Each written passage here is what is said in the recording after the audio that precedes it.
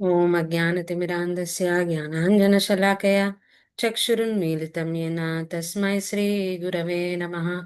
श्रीचैतन्यमनोभीष्टं स्थापितं येन भूतले स्वयं रूप कदा मह्यं ददाति स्वपदान्तिकं।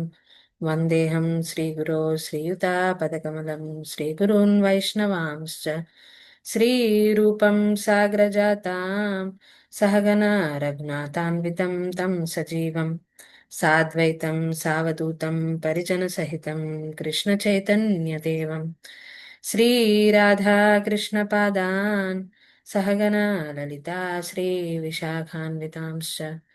हे कृष्णकरुणा सिन्धो दीनबन्धो जगत्पते गोपेश गोपिकान्त राधाकान्त नमोऽस्तु ते। तप्तकाञ्चन गौराङ्गी राधे वृन्दावनेश्वरि वृषभानुसुते देवी प्रणमामि हरिप्रिये। वाञ्छाकल्पतरुभ्यश्च कृपा सिन्धुभ्य एव च पतितानां पावनेभ्यो वैष्णवेभ्यो नमो नमः। नमो विष्णुपादाय कृष्णप्रेष्ठाय भूतले श्रीमते भक्तिवेदान्त स्वामिन्निति नामिने। नमस्ते सारस्वते देवे गौरवाणी प्रचारिणे निर्विशेष शून्यवादी पाश्चात्यदेशतारिणे। जय श्री कृष्ण चैतन्य प्रभु नित्यानंद श्री अद्वैत गदाधरा श्रीवासादि गौर भक्तवृंद। हरे कृष्णा कृष्ण कृष्णा हरे हरे हरे राम राम राम हरे हरे। हरे कृष्ण। సో ఈరోజు శ్లోకం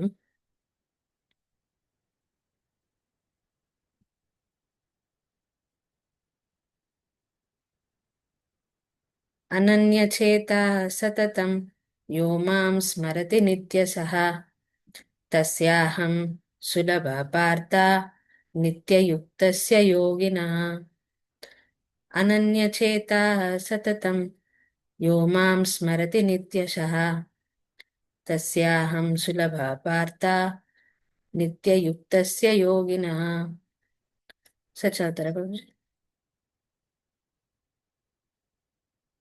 సతతం యో మాం స్మరతి నిత్యసః తస్యాహం సులభః పార్థ నిత్యయుక్తస్య యోగినః। హరే కృష్ణ. ఇది కూడా ఒక్కసారి చదవండి. అనన్యచేతాః మనస్సు క్రమము తప్పకుండా, సతతం సర్వదా, ఎవడు మాం నన్ను స్మరతి స్మరిస్తాడో, నిత్యసః నిత్యము, తస్య అతనికి, అహం నేను, సులభః సులభంగా లభిస్తాను, పార్థ ఓ బ్రతకుమార, నిత్య సక్రమంగా, యుక్తస్య నెలకొన్నట్టి, యోగినః భక్తునికి, ఓ బ్రతకుమార, క్రమము తప్పకుండా నన్ను నిరంతరము స్మరించేవానికి అతని స్థిరమైన భక్తియుత సేవ కారణంగా నేను సులభంగా లభిస్తాను. Hare Krishna. Thank you Guruji. So ఇక్కడ శ్లోకంకి వస్తే చాలా ఇంపార్టెంట్ శ్లోకం ఇది కూడా. అనన్యచేత సతతం యో మాం స్మరతి నిత్యశః. ఇక్కడ వర్డ్స్ చాలా చాలా రిపీట్ అవుతున్నాయి. అనన్య. అనన్య అంటే కూడా ఏమి డీవియేషన్ లేకుండా. సతతం సతతం యో మాం స్మరతి నిత్యశః తస్యాహం సులభ పార్థ నిత్యయుక్తస్య. నిత్య, మళ్ళీ ఇక్కడ కూడా నిత్య అని అంటున్నారు. సో కృష్ణ చాలా స్ట్రెస్ చేస్తున్నారు ఈ శ్లోకంలో. సో మనం ఇంతకు ముందు ఇదే చాప్టర్లో ఫస్ట్ శ్లోకం, మనం తీసుకున్న ఫస్ట్ శ్లోకం చూస్తే అంతకాలేచ మామేవ. సో ఆ శ్లోకంలో నేను చెప్పాను కదా, అంతకాలంలో మనకు గుర్తుకు రాదు. సో భగవంతుడు కూడా అదే చెప్పడానికి ప్రయత్నిస్తున్నారు ఇక్కడ మనకు. నిన్న నిన్న తీసుకున్నటువంటి శ్లోకంలో కూడా మనం చూస్తే అది ఏముండే శ్లోకం, కర్మలు చేస్తూనే మనం మన కర్మలు మనం చేస్తూనే నామస్మరణ చేస్తుంటే, నన్ను స్మరించుకుంటే వారికి ముక్తి కలుగుతుంది, వారికి అంతకాలంలో కూడా నేను గుర్తొస్తాను. అవును. అవును ప్రభుజీ. సో అక్కడ కూడా ఇలాంటి శబ్దం ఒకటి వాడారు. ఆ?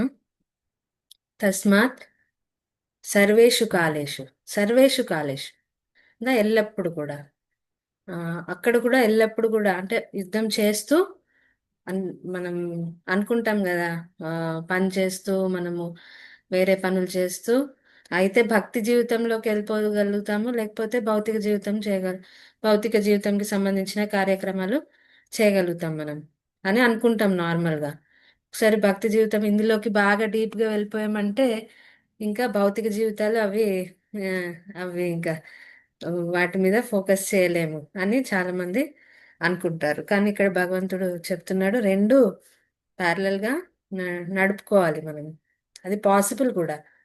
మా అది ఎందుకంటే భగవంతుడు పాసిబుల్ ప్రాక్టికల్ కానీ సొల్యూషన్స్ ఇచ్చే రకం కాదు. ఖచ్చితంగా పాసిబులే. సో మనం అది పాటించాలి. కొంచెం కష్టమైనా కానీ పాసిబుల్. మనకు అలవాటు ఉండాలి, ప్రాక్టీస్ చేయాలి. ప్రాక్టీస్ చేస్తే అలవాటు అయిపోతుంది. ఏ విధంగానైతే ఒక చిన్న బాబు తను ఫస్ట్ ఒక 1 ఇయర్ వచ్చేంత వరకు నిలబడ్డము, నిలబడడం ప్రాక్టీస్ చేస్తాడు. అంటే నిలబడి నడవడం, ఎన్నోసార్లు కింద పడతాడు, ఎన్నోసార్లు కింద పడుతుంటాడు, అయినా కానీ ప్రయత్నిస్తూ ఉంటాడు. అదే చిన్న పిల్లవాడు పెద్దగా అయిపోయాక పెద్దగా ఆలోచించాల్సిన పని ఉండదు నడవాలంటే. తను నడుచుకుంటూ చాలా పనులు నడుచుకుంటూ ఫోన్ మాట్లాడొచ్చు, నడుచుకుంటూ ఇంకేమైనా చేయొచ్చు. నడవడం అన్నది చాలా కామన్ అయిపోతుంది. అలాగే మనకు కూడా ఇప్పుడు మనం భక్తిలో కొంచెం చిన్న పిల్లలం లాగా. సో మనకిది కష్టంగా అనిపిస్తుంది అన్నంత మాత్రాన ఇది పాసిబుల్ కాదని కాదు. ఉత్తమ భక్తులు ఎన్ ఎందరో మంది ఉత్తమ భక్తులు గృహస్థాశ్రమంలో ఉన్నవాళ్ళు. మనకు భాగవతంలో చూసుకుంటే యుధిష్ఠిర్ మహారాజు కానీ, పృథు మహారాజు, చాలా మంది ఉన్నారు. ఎంతో మంది, అంబరీష్ మహారాజు, చాలా మంది రాజులు వాళ్ళు రాజ్యాన్ని రాజ్యాన్ని పరిపాలించారు. వాళ్ళు రాజుల్లాగా ఉండడం అంటే ఇప్పుడు మనకు చిన్న చిన్న కంఫర్ట్స్ ఉంటేనే మనకు ఎంతో వాటిపైన ఆసక్తి ఉంటుంది. వాళ్ళు ఎన్నో భోగైశ్వర్యాల మధ్యలో ఉంటూ కూడా వాళ్ళు ఇది పాటించగలిగారు.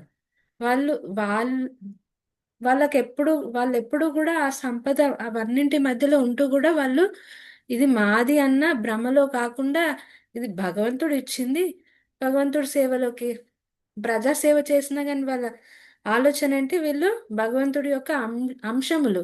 ఇప్పుడు మనం కూడా యాక్చువల్గా మనం ఫ్యామిలీ లైఫ్లో కానీ ఎందులో కానీ ఇన్వాల్వ్ అయినా కానీ మన యాటిట్యూడ్ ఇదర్ ఇదర్ వాళ్ళు భక్తులు అన్న యాటిట్యూడ్ ఉండాలి, లేకపోతే భగవంతుడి అంశములు అన్న యాటిట్యూడ్ లో మనం పనులు చేసుకుంటూ వెళ్తే అప్పుడు ఆ, అప్పుడు మనకు అప్పుడు ఫ్యామిలీని చూసుకోవడం కూడా అది డివోషనల్ సర్వీసే అయిపోతుంది. కానీ ఆ యాటిట్యూడ్ అది ఎప్పుడు మనం గుర్తు చేసుకుంటున్నారు, వీళ్ళు నా పిల్లలు, వీళ్ళు నా తల్లిదండ్రులు, తను నా భార్య, తను నా భర్త అన్న ఆలోచన కాకుండా ఆ భగవంతుని కనెక్షన్ ఎప్పుడు మనము రికగ్నైజ్ చేస్తూ పోతూ ఉంటే ఆటోమేటిక్గా ఇది సాధ్యం అయిపోతుంది. సో అది అది మనం గుర్తు చేసుకో గుర్తు చేసుకోవడానికి ప్రయత్నిస్తూ ఉండాలి ఎప్పుడు. సో ఆ విధంగా మనము ఇది ఫాలో అవ్వగలుగుతాం. అనన్య చేత సతతం యోమాం స్మరతి నిత్యస తస్యాహం సులభ పార్థ. మనం ఒక్కొక్క కొన్ని ఇంపార్టెంట్ వర్డ్స్ ఇందులో డిస్కస్ చేద్దాం. అనన్య అనన్య అంటే నేను చెప్పినట్టుగా, అన్య అంటే మనం వాడుతూ ఉంటాం కదా అన్య అనే శబ్దము. ఉం? అన్య అంటే నో డీవియేషన్, వేరేది. వేరే వేరే అన్య. సో వేరే వేరే విషయాలు అవన్నీ ఆలోచించకుండా అనన్య, ఎలాంటి వేరే విషయాలు, ఎలాంటి డీవియేషన్ లేకుండా. అంటే ఏ డీవియేషన్ అంటే మనకు మెయిన్గా ఎలా ప్రాబ్లమ్స్. సో మనకు సాధన కానీ ఏదైనా కానీ శ్రవణం, ఇప్పుడు ఈ డైలీ ప్రోగ్రామ్ నడుస్తుంది, మీరు శ్రీనివాస్ రోజు మీరు రోజు జాయిన్ అవుతున్నారు, కొంతమంది రోజు జాయిన్ అవుతున్నారు, జయలక్ష్మి మాతాజీ. సో ఇలా మీరు రోజు జాయిన్ అవుతున్నారు, మీ డెడికేషన్, మీకు వేరే పనులు లేవా అంటే కాదు, కానీ మీరు ప్రయారిటైజ్ చేస్తున్నారు. సో ప్రతి ఒక్కరికి కూడా లైఫ్లో ఏదో ఒకటి ఉంటాయి వేరే డీవియేషన్స్, వేరే ఆ, ఎప్- ప్రతి ఒక్క సమయంలో కూడా మనకు వేరే వాటికి సమయం ఇవ్వడానికి చాలా ఆ, ఎన్నో థింగ్స్ ఉండొచ్చు. కానీ మనం ఏం ప్రయారిటైజ్ చేస్తాం మన లైఫ్లో, అది ఇంపార్టెంట్. ఓకే, కొన్నిసార్లు వేరే ఫోకస్ చేయాలనుకుంటే ఇవ్వచ్చు, కానీ ఆమ్, మా శేషాద్రిపురంలో ఒక ప్రభుజీ ఉంటారు. ఆయన ఒక విషయం ఎప్పుడు ఉదపదం లాగా చెప్తారు. What is the main thing in life అంటే, to keep the main thing is the main thing అని అంటారు. సో అలాగనమాట. సో వేరేవి అడ్రస్ చేసుకుంటూ పోవాలి, కానీ మన లైఫ్లో మెయిన్ థింగ్ ఏంటి, మనం ఆ, మన లైఫ్ గోల్ ఏంటి, అది ఇంపార్టెంట్. అది ఎప్పుడు మనం ఆ, దాన్ని నెగ్లెక్ట్ చేయొద్దు. మిగతావన్నీ చూసుకోవాలి ఖచ్చితంగా, కానీ ఆ విషయాలలో పడిపోయి ఇది నెగ్లెక్ట్ అవ్వకుండా చూసుకోవాలి. మనం రెగ్యులర్గా ఇదొక ఆమ్, మనం భక్తికి కొంచెం సమయం ఖచ్చితంగా కేటాయించాలి. ఎలాగైతే మనం పడుకోవడానికి సమయం కేటాయించుకుంటున్నాం, తినడానికి, మిగతా అన్ని యాక్టివిటీస్కి సమయం కేటాయించుకుంటున్నాం, కాబట్టి దీనికి కూడా అది జస్ట్ సమయం కేటాయించుకోవడం, ఇది బిగినింగ్. భగవంతుడు ఏం చెప్తున్నాడు, అనన్య ఎల్లప్పుడు. సో సమయం కేటాయించుకుంటే ఆ ఆ మెల్లమెల్లగా ఆ, మిగతా పనులు చేసుకుంటూ కూడా మనకు ఆటోమేటిక్గా మైండ్లో భగవంతుడి గురించి తిరుగుతూ మనం మిగతా పనులు కూడా చేసుకోగలుగుతాం. ఆ, అది వితౌట్ ఎనీ డీవియేషన్.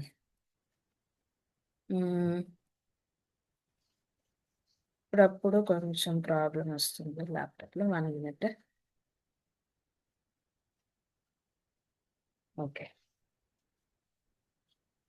ఆ, దీనికి సంబంధించి భాగవతంలో నేను ఈ శ్లోకం ఇంతకు ముందు కూడా చెప్పాను మీకు. సవై పుంసాన్ పరో ధర్మో యథో భక్తిరథోక్షజే అహైతుకి అప్రతిహత ఏ ఆత్మ సుప్రసిద్ధతి. సో భక్తి ఎలా ఉండాలి, ఈ లక్షణం అన్నది మనకు భాగవతంలో కూడా చెప్పారు. అహైతుకి అప్రతిహత.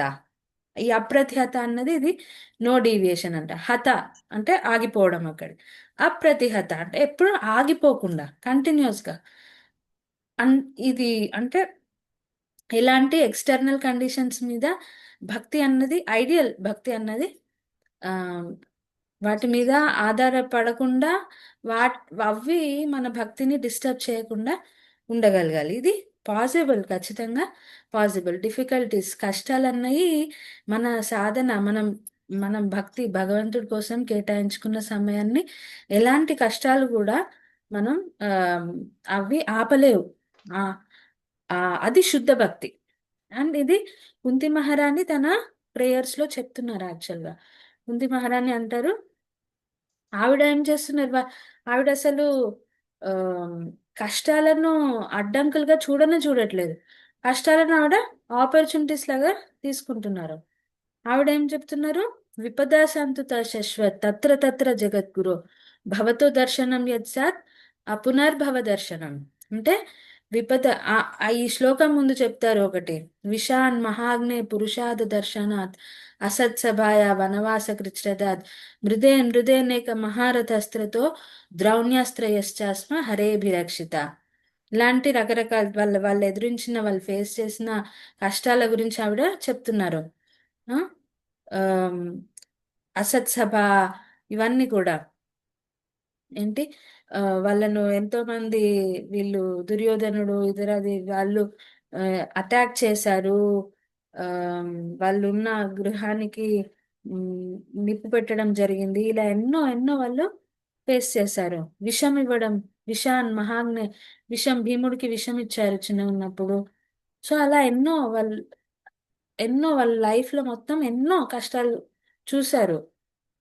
కానీ ఆవిడేమంటున్నారు ఈ శ్లోకం చెప్పాక, విపదా సంతుత శశ్వత్ తత్ర తత్ర జగద్గురు, మళ్ళీ మళ్ళీ రాని, ఇలాంటి కష్టాలు మళ్ళీ మళ్ళీ రానియండి. ఎందుకంటే మేమేం చూసాము, ఈ కష్టాలు వచ్చిన ప్రతిసారి మీరు కూడా ఉన్నారు మాతో, మీరు మాకు హెల్ప్ చేశారు, సాయం చేశారు. సో మిమ్మల్ని చూడడము, మీ దర్శనము అది మాకు ఇంపార్టెంట్. మిమ్మల్ని చూడడానికి కష్టాలు ఎదుర్కోవాలా, సరే పర్వాలేదు, కష్టాలు వచ్చినా పర్వాలేదు, కానీ మీ దర్శనం కావాలి మాకు. ఇప్పుడు అంటే ఇది ఎప్పుడు చెప్తున్నారంటే ఈ యుద్ధం అయిపోయాక, అన్ని వాళ్ళ సమస్యలన్నీ అయిపోయాక కృష్ణుడు ఇంకా ద్వారక వెళ్ళిపోతున్న సమయంలో మాట్లాడతారు.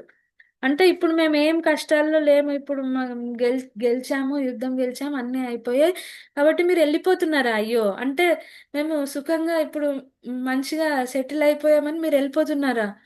లేదు, మాకు మళ్ళీ కష్టాలు రానివ్వండి, మళ్ళీ అంటే మిమ్మల్ని చూడాలంటే కష్టాలు రావాలి అని ఉంటే మేము, మాకు కష్టాలైనా ఓకే, కానీ మీరు ఉండాలి మా దగ్గర అని ఆవిడ.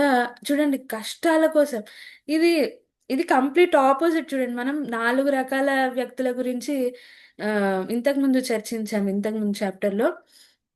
చతుర్విధ భజంతే మాం జనా సుకృతినోర్జున, ఆర్థో జిజ్ఞాసుర్ అర్థార్థి జ్ఞాని. నలుగురు, ఇది మనం చర్చించాం కదా. ఇందులో ఒకరేంటి? ఆర్థులు, అంటే కష్టాలు ఉన్నప్పుడు ఆ కష్టాలు తొలగిపోవడానికి, లేకపోతే అర్థార్థి, డబ్బులు కావాలని ఎవరైతే అనుకుంటారో. సో వీళ్ళకు, ఇలాంటి వాళ్ళ కంప్లీట్ గా ఆపోజిట్. అంటే వీళ్ళు ఏంటంటే కష్టాలు వచ్చినప్పుడు భగవంతుడి దగ్గరికి వెళ్ళి, భగవంతుడా మా కష్టాలను తొలగించు అని.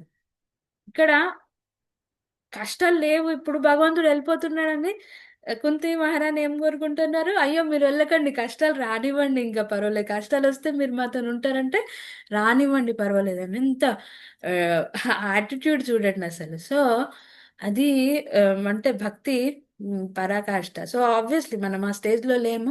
అట్లీస్ట్ మనం కష్టాల కోసం కోరుకోనేంత స్టేజ్లో లేకపోయినా, ఆ కష్టాల వల్ల మొత్తం కృంగిపోయి మరి ఎక్స్ట్రీమ్కి వెళ్ళిపోతారు. చూడండి, అసలు కష్టాలు వచ్చినప్పుడు మేము ఇంత భక్తి చేసాం, మేము ఏం పాపం చేశామని మాకు భగవంతుడు ఇన్ని కష్టాలు ఇచ్చాడు అన్న ఒక నాస్తిక భావం సైడ్ మొత్తం మలగకుండా, కొంచెం పేషెన్స్, టాలరెన్స్ చూపించి, ఓకే ఇదేదో ఏది చేసినా భగవంతుడు మన మంచి కోసమే చేస్తాడు, నేను ఇప్పుడు ఈ పరిస్థితుల్లో నేను అది చూడలేకపోతున్నా, ఇదే నాకు ఎలా మంచిదో అన్ని ఒక భావన మెయింటైన్ చేయడానికి ప్రయత్నించాలి. కష్టమే.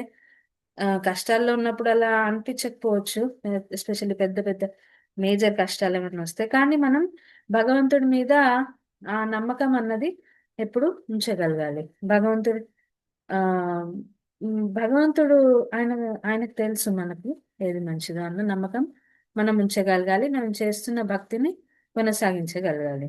అది అట్లీస్ట్ చేయాలి మనం. కష్టాల గురించి కోరుకోవాల్సిన అవసరం లేదు మనం ఈ స్టేజ్ లో, కానీ అట్లీస్ట్ అది చూపిస్తే చాలు. తర్వాత ఏమంటున్నారు? తస్యాహం సులభ పార్థ. ఇంకా సులభ అంటున్నారు. ఇంతకుముందు మనం శ్లోకంలో ఏం చర్చించాం? ఇంతకుముందు చాప్టర్ లో బహునాం జన్మనామంతే జ్ఞానవాన్ మాం ప్రపద్యతే వాసుదేవ సర్వమితి స మహాత్మా దుర్లభ అని అంటున్నారు. అక్కడ ఏమంటున్నారు? దుర్లభ అంటున్నారు, ఇక్కడ సులభ అంటున్నారు. సో మరి ఎవరికి సులభ, ఎవరికి దుర్లభ, అది అర్థం చేసుకోవాలి మనం. అక్కడ ఏం చెప్తున్నారు? జ్ఞానుల గురించి చెప్తున్నారు. ఉం? బహునాం జన్మనామంతే జ్ఞానవాన్ మాం ప్రపద్యతే. సో ఇక్కడ భగవంతుడు కూడా చెప్తున్నాడు. అంటే చాలా మంది శిల ప్రభుపాద చాలా మంది శిల ప్రభుపాద రీసౌండ్ వస్తుంది, మాత రీసౌండ్ వస్తుంది మాట్లాడి మ్యూట్ లోకి వెళ్తారా? యూట్యూబ్ లో వెళ్తారా? ఉం. హరే కృష్ణ. హరే కృష్ణ. ఆ, ఆ, నాకు నాకు రీసౌండ్ వస్తుంది. అమరావతి మాతకి నేను రీసౌండ్ మ్యూట్ చేస్తున్నాను ఒకసారి. ఓకే. ఉం. ఓకే. సో అక్కడ జ్ఞానుల సంగతి చెప్పారు భగవంతుడు. జ్ఞానులకు దుర్లభం, చాలా కష్టం. బహునాం జన్మనాం, అంతే ఎన్నో జన్మల తర్వాత నన్ను అర్థం చేసుకుంటారు. అలాంటి వాడు కూడా అర్థం చేసుకుంటారో లేరో అందరూ, చాలా అలాంటి మహాత్ములు చాలా దుర్లభులు, చాలా కష్టము, చాలా రేర్ అని అక్కడ చెప్తున్నారు. ఇక్కడ మాత్రం కంప్లీట్ ఆపోజిట్. అనన్య చేత సతతం, అంటే ఇది భక్తి యోగాకు సంబంధించిన క్వాలిటీ. ఎప్పుడు భగవంతుణ్ణి తలుచుకోవడం, ఏ పని చేస్తున్నా భగవంతుని తలుచుకోవడం. ఎందుకు వాళ్ళు ఎప్పుడు తలుచుకోగలుగుతున్నారు? ఇది భక్తి యోగా అని ఎందుకు అంటున్నానంటే, ఇక్కడ ప్రేమ ఉన్న దగ్గరే వాళ్ళు ఎప్పుడు నిత్యం కూడా తలుచుకోగలుగుతారు. న్యాచురల్గా ఇది జ్ఞానులు కానీ యోగులు కానీ వాళ్ళు తలుచుకోవడం ఇది ఫోర్స్ఫుల్. వాళ్ళు ఓకే నేను భగవంతుడిని తలుచుకోవాలి అని అనుకొని మనసు పెట్టి తలుచుకుంటారు. కానీ ఈ భక్తి అన్నది భక్తిలోనే మనకు ప్రేమ అన్నది వస్తుంది భగవంతుడి మీద. ప్రేమ ప్రేమ అన్నది ఉన్నప్పుడు తలుచుకోవడం అన్నది అది ఫోర్స్ఫుల్ కదా, అది న్యాచురల్. ఎలాగైతే మనకు మన పిల్లల పట్ల ప్రేమ ఉంటుంది కదా, పిల్లల గురించి న్యాచురల్గా తలుచుకుంటాం. ఓకే నేను పిల్లల గురించి తలుచుకోవాలి, నేను ఆలోచించాలి, వాళ్ళు ఏం చేస్తున్నారు, వాళ్ళ మంచి చెడులు నేను ఆలోచించాలని అని నేను అని అనుకొని వాళ్ళ గురించి అలా అనుకోను కదా, న్యాచురల్గా వాళ్ళ గురించి ఆలోచిస్తాం, వల్ల శ్రేయం కోరుకుంటాం. అలాగే ఇక్కడ న్యాచురల్ గా ప్రేమ ఉంటుంది కాబట్టి వాళ్ళు న్యాచురల్ గా చేయగలుగుతారు ఇది శుద్ధ భక్తిలో. బా- కాబట్టి మిగతా యోగా ప్రాసెస్ కి భక్తి యోగాకు ఇది తేడా అన్నమాట. సారీ, మిగతా యోగా ప్రాసెస్ కి ఇది తేడా. మిగతా యోగా ప్రాసెస్లు ఏంటి? కర్మయోగా, జ్ఞాన యోగా, హఠ యోగా అన్న అష్టాంగ యోగా, ఇవి మనం ఇంతకు ముందు చర్చించుకున్నాం కదా. కర్మయోగా అంటే మనం చేస్తాం, మనకి ఇష్టం ఉన్న కార్యాలు చేస్తాం, భగవంతుడికి ఫలితం అర్పించాలని అనుకుంటాం. దీనికి బెస్ట్ ఎగ్జాంపుల్ మనకి వచ్చిన కొంత శాలరీ, టెంపుల్కి అలా ఇవ్వడం, ఇవి కర్మయోగా కిందకి వస్తాయి. కానీ అక్కడ పని మనం చేసేది ఏదో ఉంటుంది, మనం ఆ పని చేసేటప్పుడు భగవంతుడి గురించి పెద్దగా ఆలోచించము. దానికి వచ్చిన కొంచెం ఫలితంని భగవంతుడికి అర్పించాలని చూస్తాము. కానీ అక్కడ భగవంతుడి గురించి ఆలోచన అంతా ఉండదు. జ్ఞాన యోగాలో ఇది ఒక రీసెర్చ్ ప్రాసెస్ లాగా భగవంతుడి గురించి ఆ తెలుసుకోవడానికి ప్రయత్నించడం, శాస్త్రాలు చదవడం, అలాగనమాట. హఠ యోగా అంటే అష్టాంగ యోగా, అందులో మెడిటేషన్ ఉంటుంది. ఆ అష్టాంగాలు, యమ నియమ ఆసన ప్రాణాయామ, ఇవన్నీ ప్రత్యాహార, ఇవన్నీ. సో ఈ అన్య యోగా ప్రాసెస్లు కూడా చాలా, ఇవి అంతా ఈజీ కాదు. ప్లస్ వీటిలో ఏంటంటే కొన్ని మనకు లిమిటేషన్స్ ఉంటాయి. ఇవి అందరూ చే చేయలేరు. ఇవంతా సులభమైనవి కాదు. భక్తి యోగా చాలా సులభమైనది. సులభమైంది కాబట్టి చాలా మంది దీన్ని లైట్ తీసుకుంటారు.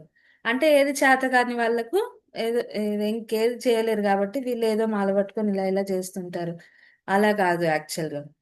భగవంతుడు దీన్ని రికమెండ్ చేస్తున్నాడు ఈ ప్రాసెస్ ని.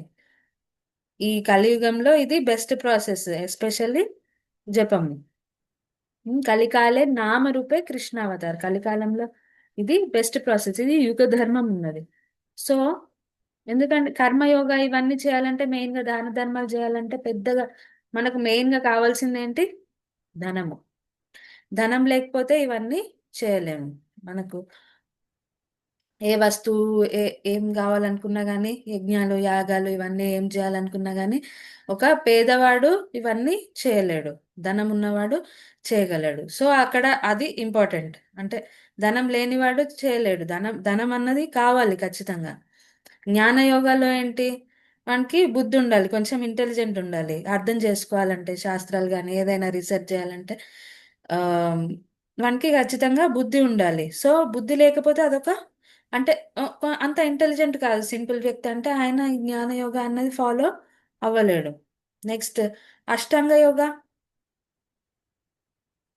అష్టాంగ యోగా చెప్పడం అవసరం లేదు. అష్టాంగ యోగాలో చాలా కష్టాలు ఉన్నాయి. ఎక్కడో ఫారెస్ట్కి వెళ్ళాలంటారు, సరైన స్థానం సెలెక్ట్ చేసుకోవాలి, కూర్చోవాలి, ఇంకా ఆసనాలు, ఆరోగ్యం, శరీర పరిస్థితి, ఇదంతా చాలా అవసరం. శరీరం అంత స్ట్రాంగ్ లేదంటే ఈ అష్టాంగ యోగా వాళ్ళతో అవ్వదు. సో ఈ మూడు ప్రాసెస్ కూడా ఇవన్నీ అందరితో అయ్యేటివి కాదు. కానీ భక్తి యోగాకి ఎలాంటి కండిషన్స్ లేవు. ఎవరైనా ఏ పరిస్థితిలోనైనా ఎలా ఉన్నా కానీ, నో రూల్స్, నో రెస్ట్రిక్షన్స్, ఎవ్వరు ఎప్పుడు ఏ సమయంలోనైనా కానీ హరినామం అన్నది తీసుకోవచ్చు. అది అందుకనే ఇది సులభము. ఇంకా ఈ మూడు ప్రాసెస్లో ఇంకా ప్రాబ్లం ఏంటంటే వీటిలో డీవియేషన్స్, మనకు కొన్ని ఆబ్వియస్ డీవియేషన్స్ ఉన్నాయి. ఇలాగ కర్మయోగా ఫాలో అయ్యే వాళ్ళు చాలా మంది, అంటే మనం ప్రాక్టికల్ గా కూడా చూస్తాం, యజ్ఞాలు యాగాలు ఇవన్నీ చేసేవాళ్ళు వీళ్ళు ఏం కోరుకుంటారు? అట్లీస్ట్ స్వర్గలోకాలు వెళ్ళాలని, హెవెన్లీ ప్లానెట్స్, ఇది ఆశ ఉంటుంది అట్లీస్ట్. స్వర్గలోకాలు వెళ్ళాలి, మంచి పుణ్యం రావాలి, ఇది కూడా భౌతిక కోరికే. ఆ స్వర్గలోకాల్లో మనం చర్చించుకున్నట్టు అక్కడ పొజిషన్ కూడా పర్మనెంట్ కాదు. మన మన పుణ్యం కోట అయిపోయాక మనం మళ్ళీ రావాల్సిందే. మరి జ్ఞాన యోగాలో నిరాకార బ్రహ్మజ్యోతిలో వాళ్ళు కలిసిపోవాలనుకుంటారు. ఆ ముక్తి, ముక్తి ఆశ ఉంటుంది. ముక్తి ఆశ కూడా, అది కూడా ఒక ఆశే. భక్తి యోగాలో కేవలం కృష్ణుడి ప్రీతి, కృష్ణుడి కోసం మనం సేవ చేయాలనే భావన ఉంటుంది. అది అది నిజమైన ప్రేమ. అందులోనే మనకు నిజమైన ఆనందం ఉంది యాక్చువల్గా. ఎందుకంటే ఒక ఫింగర్, ఎగ్జాంపుల్ చెప్పాను నేను మీకు, ఒక చెయ్యి కానీ అది తన కోసం తను ఆలోచించదు. శ- మొత్తం శరీరం కోసం ఆలోచన అంటే అది శరీరం కోసం పనిచేస్తుంది. అది నేను చూసుకుంటానంటే అది దానికి ఇప్పుడు చెయ్యి, ఇవి అన్నం తినడానికి ఇది కోఆపరేట్ చేయదు. ఊరికే నువ్వే వేసుకుంటావా నోరు, ఊరికే నీ లోపలనే పడాలా కడుపు ఈ అన్నము అని అనుకుంటే చెయ్యి ఎలా, దానికి శక్తి వచ్చేది కూడా ఈ నోట్లో ముద్ద పడితేనే కదా. సో మనం కూడా కృష్ణుడికి సేవ చేయడం వల్లనే మనకు పుష్టి అవుతుంది, మనం సంతోషపడతాం అలాగనమాట. సో జ్ఞానయోగ, హఠయోగ, వీటికి కూడా జ్ఞానయోగ ముక్తి కావాలని అనుకుంటారు. అష్టాంగ యోగాల సిద్ధులు ఉంటాయి కొన్ని. అనిమ, మహిమ, లగిమ, గరిమ అని. అంటే అందరికంటే చిన్నగా అవడం. కొంతమంది మనం ఆ, వింటుంటాం కదా, నీళ్ళ మీద నడుస్తారు కొంతమంది అంట. అగ్నిలో అగ్నిలో ఉన్నా కానీ ఏం వాళ్ళను మంట ఏం చేయలేదు. హోలిక, హోలిక ఇలాంటి సిద్ధి ఒకటి ప్రాప్తించింది, అగ్ని తనని ఏం చేయలేదు. సో అలాంటి సిద్ధులు కొన్ని ఉంటాయి. సో ఈ హఠ యోగా ప్రాక్టీస్ చేసే వాళ్ళకి అలాంటి కోరికలు ఉంటాయి. అవి వచ్చాక వాళ్ళు అవి చూపించుకోవడంలోనే ఉంటారు. సో ఇవేవి ఆ, వీటిలో డీవియేషన్స్ ఉంటాయి. కానీ భక్తి యోగా ప్రాపర్గా చేయాల్సింది ఇది భగవంతుడి కోసం. ఇందులో ఇది మనం ప్రాపర్గా ఫాలో అవ్వాల్సింది భక్తి యోగా. సో మనం ఇంతకు డిస్కస్ చేసినట్టు ఇందులో రూల్స్ ఏమీ లేవు, లిమిటేషన్స్ కూడా లేవు. ఎవరైనా ఎలాంటి వాళ్ళైనా కూడా ప్రాక్టీస్ చేయొచ్చు. ఉం? ఆ, భగవంతుడు చెప్తాడు, ఏ పీస్యు పాపయోనయ స్త్రీయో వైశ్యాస్ తథా శూద్రాస్. ఎవరైనా కానీ ఆ, పాప యోనిలో జన్మించిన వాళ్ళైనా కానీ, స్త్రీలు పురుషులు అని ఏం లేదు. ఎవరైనా కానీ, వైశ్యులు శూద్రులు అందరూ. చూడండి, భగవంతుడే ఏమి డిస్క్రిమినేట్ చేయట్లేదు, మనం ఊరికే డివిజన్స్ క్రియేట్ చేసుకుంటాము. భగవంతుడు అంటున్నాడు ఎవరైనా కానీ మాం హి పార్థ వ్యపాశ్రిత్య పాపయోనయ స్త్రియో వైశ్యాస్ తథా శూద్రాస్ ఏపీసు పాపయోనయ. సో ఎవరైనా కానీ ఈ భక్తి యోగ ఫాలో అయ్యి మనం తేపి యాంతి పరాంగతి, వాళ్ళు కూడా భగవద్ధామంకి భగవద్ధామం వాళ్ళు ప్రాప్తించవచ్చు. బెస్ట్ ఎగ్జాంపుల్ ప్రహ్లాద్ మహారాజ్ తన ప్రేయర్స్ లో కూడా అంటాడు, నేను ఒక రాక్షస కులంలో జన్మించాను, అయినా కానీ మీరు నన్ను యాక్సెప్ట్ చేస్తున్నారు. ఆఫ్ కోర్స్ తన హ్యూమిలిటీతోనే అలా మాట్లాడుతున్నాడు. ఆయన ఉత్తమ భక్తుడు. కానీ భగవంతుడు ఇలా కులాలు అవన్నీ చూసేవాడు కాదు. ఆయన ఒక్కసారి ఆయనకు శరణాగతి పొందామంటే ఇవన్నీ ఏమీ అవసరం లేదు. సో ఏమీ అవసరం లేదు. కొన్ని ప్రాసెస్కి ఉంటాయి, మరి కొన్ని బ్రాహ్మణులు చేయాలి అది ఇది అనేసి. కానీ ఈ భక్తికి ఏమీ అవసరం లేదు. మళ్ళీ ఏమి బ్యాడ్ హ్యాబిట్స్ ఉన్నా కానీ మనం వెనకాలకు పోవాల్సిన అవసరం లేదు. ఆ, కొన్ని కర్మకాండాలు చేసేటప్పుడు కొంచెం రిస్ట్రిక్షన్స్ ఉంటాయి. ఏమి పొద్దున్నే స్నానం చేయాలి. ఇప్పుడు మనం కొందరు మాలలు అవి వేసుకుంటారు కదా, ఇప్పుడు దుర్గాదేవి ఉన్నప్పుడు అమ్మవారి మాల, అలా అయ్యప్ప మాల వేసుకుంటారు. కొన్ని రూల్స్ ఉంటాయి, అవి అందరితోని పాసిబుల్ కాదు. మళ్ళీ పొద్దున్నే లేవాలి, నేల మీద పడుకోవాలి, అలాంటి రూల్స్ ఏమీ లేవు. మనం మనం ఏ పరిస్థితి, స్థానే స్థిత అంటారు ఆ, భాగవతంలో. స్థానే స్థిత, ఉన్న పొజిషన్లో ఉన్నది. మన ఇప్పుడు డిలీట్ చేయాల్సిన అవసరం లేదు. మనం భక్తి కల్టివేట్ చేసుకుంటే వెళ్ళాల్సిన ఆటోమేటిక్గా నెగిటివ్ క్వాలిటీస్ అవి మెల్లమెల్లగా వెళ్ళిపోతూ ఉంటాయి. ఉం? ఇంకా మనం ఇంక్లూడ్ చేసుకోవాలి భక్తిని అంతే. వాసుదేవే భగవతి భక్తి యోగ ప్రయోజిత జనయత్యాసు వైరాగ్యం జ్ఞానం చయత్ అహైతుకిం. ఏం చెప్తున్నారు ఇక్కడ? భక్తి యోగా అన్నది వాసుదేవునికి భక్తి చేస్తే జ్ఞానం, వైరాగ్యం ఇవి రెండు ఆటోమేటిక్గా వస్తాయి చూడండి. జ్ఞానయోగ, ఇప్పుడు జ్ఞానయోగ ఏదైతే ఉందో మనం జ్ఞానం కల్టివేట్ చేసుకోవాలని అది ఇది చదువుతున్నాం. కానీ భక్తి యోగా ఎప్పుడైతే మనం చేస్తామో భక్తి, జ్ఞానం ఆటోమేటిక్గా వస్తుంది భగవంతుడి గురించి అని చెప్తున్నారు. ఇది కూడా మనం ఇంతకు ముందు శ్లోకాల్లో మీకు గుర్తుంటే చర్చించాము. అత శ్రీకృష్ణ నామాది నా భవేద్ గ్రాహ్యమింద్రియై సేవోన్ముఖే జివ్వాదో స్వయమేవ స్ఫురత్యద. సేవ, భగవంతుడికి సేవ చేస్తూ ఉంటే ఆటోమేటికల్ గా భగవంతుడి హృదయం నుంచి జ్ఞానం ప్రకాశిస్తాడు. దదామి బుద్ధి యోగం తం, భగవంతుడు ఇస్తాడు ఆ జ్ఞానము. ఉమ్, సేవ చేస్తూ సేవ చేస్తూ జ్ఞానం పొందొచ్చు భగవంతుడు. వైరాగ్యం కూడా వచ్చేస్తుంది ఆటోమేటిక్ గా. చాలా మంది ఇస్కాన్ లో ఎన్నో అలవాట్లతోనే వచ్చిన వాళ్ళు ఉన్నారు. మెల్లమెల్లగా జపం స్టార్ట్ చేశాక వాళ్ళకి చాలా అలవాట్లు, వాళ్ళు అప్రయత్నంగా పోయాయి అన్ని అలవాట్లు. పెద్దగా వాళ్ళు కష్టపడాల్సిన అవసరం లేదు. మనం పాజిటివ్ ఎంగేజ్మెంట్ ఇంక్లూడ్ చేసుకోవడానికి మనం ట్రై చేయాలి. ఫస్ట్ నెగిటివ్వి పోతాయి ఆటోమేటిక్గా. ఇంకా వేరే యోగా ప్రాసెస్లవి బెనిఫిట్స్ కూడా అన్నీ వచ్చేస్తాయి. భక్తి యోగా చేస్తే మనం మిగతావి సపరేట్గా ఏమీ తెచ్చుకోవాల్సిన అవసరం లేదు. అందులో అన్ని ప్రాసెస్లు ఉన్నాయి. కర్మ, జ్ఞాన, అష్టాంగ యోగా అన్నిటికీ సంబంధించిన అష్టాంగ యోగా కూడా. ఇన్ఫాక్ట్ బెస్ట్ ఎగ్జాంపుల్ ప్రహ్లాద్ మహారాజు హిరణ్యకశిపుడే. హిరణ్యకశిపుడు చేసింది అష్టాంగ యోగాని. అన్ని సిద్ధులు ప్రాప్తించాడు. అతని కంటే గొప్పవాడు ఇంకెవరు లేకుండే. కానీ అతను పొందాలనుకున్నాడు మృత్యు, అమరుడు అవ్వాలన్న వరం అతను పొందాలనుకున్నాడు. కానీ తను ఒక చిన్న బాలుని చంపాలంటే తను చంపలేకపోయాడు చూడండి. ప్రహ్లాదుడు చేసింది ఏంటి? ఏ యజ్ఞము, ఏ యాగం కాదు, ఏం తపస్సులు కావు. భక్తి, భగవంతుని తలుచుకున్నాడు. వచ్చినట్టే కదా అన్ని సిద్ధులు. ఆయనను ఏది ఏమి చేయలేకపోయింది. సో అన్ని సిద్ధులు, జ్ఞానము, అన్ని పుణ్యాలు అన్నీ వచ్చేస్తాయి భగవంతుణ్ణి నమ్మి భక్తి భక్తి చేస్తూ భగవంతుడికి శరణాగతులం అయితే అన్నీ వచ్చేస్తాయి. ఇట్లనైతే మనకు ఆచార్యులు ఒక ఎగ్జాంపుల్ ఇస్తారు. ఒక ఆ, చీకటితో ఉన్న గుహ, ఎన్నో ఏండ్ల నుంచి, అంటే సృష్టి మొదలైనప్పటి నుంచి అనుకోండి, ఇంకా ఎన్నో ఏండ్ల నుంచి అది మొత్తం అంధకారంలో ఉంది. మొత్తం డార్క్, ఏమి ఒక్క కిరణం కూడా పడదు, మొత్తం డార్క్ ఉంది. అందులో ఇప్పుడు అందులో లైట్ రావాలంటే ఏం చేయాలి? అన్ని ఏండ్ల నుంచి ఉంది డార్క్గా, అన్ని ఏండ్ల నుంచి చీకటిగా ఉంది. అందులో వెలుగు రావాలంటే ఏం చేయాలి? ఒక చిన్న దీపం మనం తీసుకెళ్తే సరిపోతుంది. ఎన్నో ఏళ్ళ నుంచి ఉన్న చీకటి, ఒక చిన్న దీపం తీసుకెళ్తే ఎన్నో ఏళ్ళ నుంచి ఉన్న చీకటి ఆటోమేటిక్గా వెళ్ళిపోతుంది, తొలగిపోతుంది. అలాగే మన దగ్గర ఈ అజ్ఞానంలో మనం ఎన్నో ఎన్నో జన్మల నుంచి ఉంటున్నాము.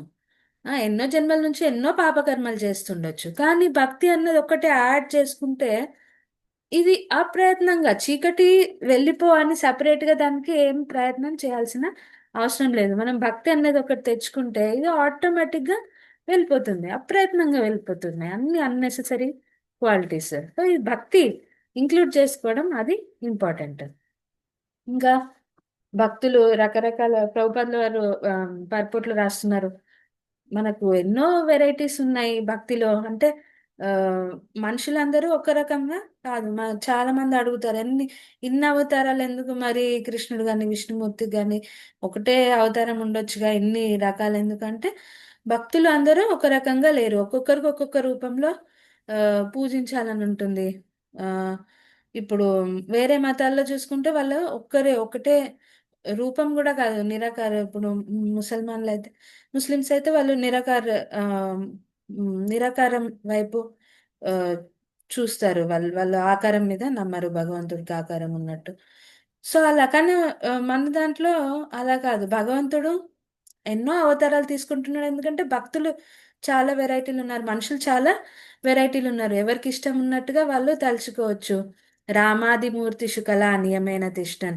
ఏ రూపం, ఏ అవతారంలో ఎలా కావాలనుకున్నా కానీ మనం భగవంతుణ్ణి తలుచుకోవచ్చు.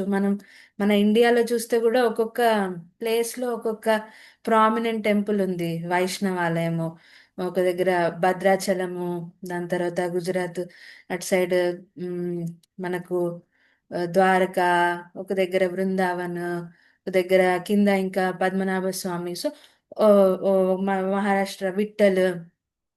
సో ఒక్కొక్కరు ఒక్కొక్క రూపాన్ని వాళ్ళు తలుచుకుంటారు. ఏ రూపాన్ని తలుచుకున్నా పర్వాలేదు.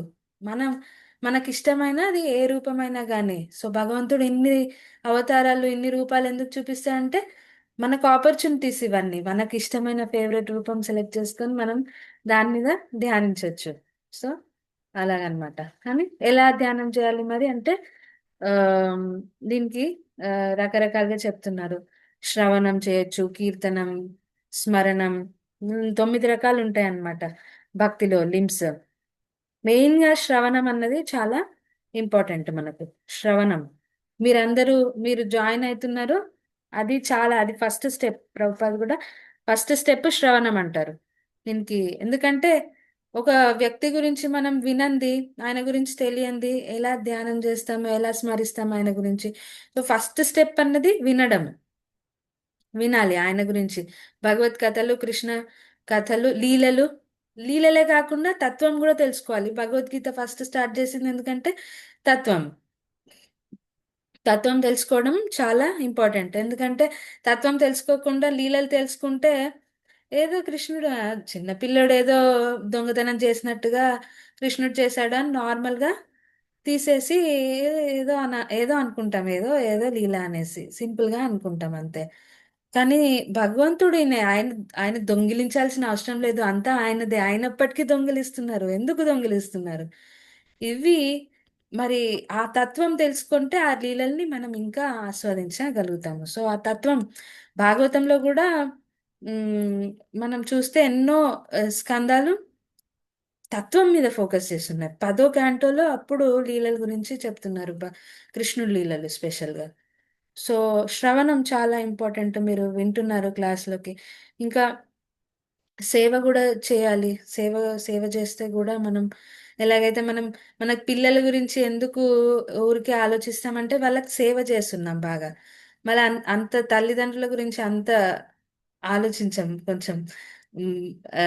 ప్రాక్టికల్గా చెప్పాలంటే మనం పిల్లల గురించి ఆలోచించినంత తల్లిదండ్రుల గురించి ఆలోచించం. ఎందుకంటే తల్లిదండ్రుల నుంచి మనం సేవ తీసుకొని ఉన్నాం, పిల్లలకు సేవ చేశాము కాబట్టి వాళ్ళ గురించి ఎక్కువ ఆలోచిస్తాం. సేవ చేస్తే భగవంతుని తలుచుకోగలుగుతాం. కీర్తన. కీర్తన అంటే మనకు చాంటింగ్ వస్తుంది అందులోనే. భగవంతుడి గురించి చెప్పడం వేరే వాళ్ళకు. ఉం, మీకు తెలిసింది ఎంతో కొంత చెప్పడానికి మీరు ప్రయత్నించవచ్చు. ఆ, జపం జపం చేయడం ఇది చాలా ఇంపార్టెంట్. జపం కూడా కీర్తన కిందికే వస్తుంది. సో ఇవన్నీ చేస్తే మనకు భగవంతుడు గుర్తుకొస్తాడు అనమాట. ఇంకా గోపికలు వీళ్ళు బెస్ట్ ఎగ్జాంపుల్. వాళ్ళు ఏ పని చేసినా కానీ వాళ్ళు ఎప్పుడు కూడా భగవంతుడిని, పిల్లల్ని చూసుకునేటప్పుడు, ఇల్లు క్లీన్ చేసుకునేటప్పుడు, ఏదైనా కానీ వాళ్ళు భగవంతుడిని తలుచుకునేవాళ్ళంట. ఓకే, టైం అయిపోతుంది. మాతాజీ, ప్రభుజీస్ ఏమైనా డౌట్స్ ఉంటే అడగొచ్చు. అర్థమైందని భావిస్తున్నాను. ఏమైనా డౌట్స్ ఉన్నాయా?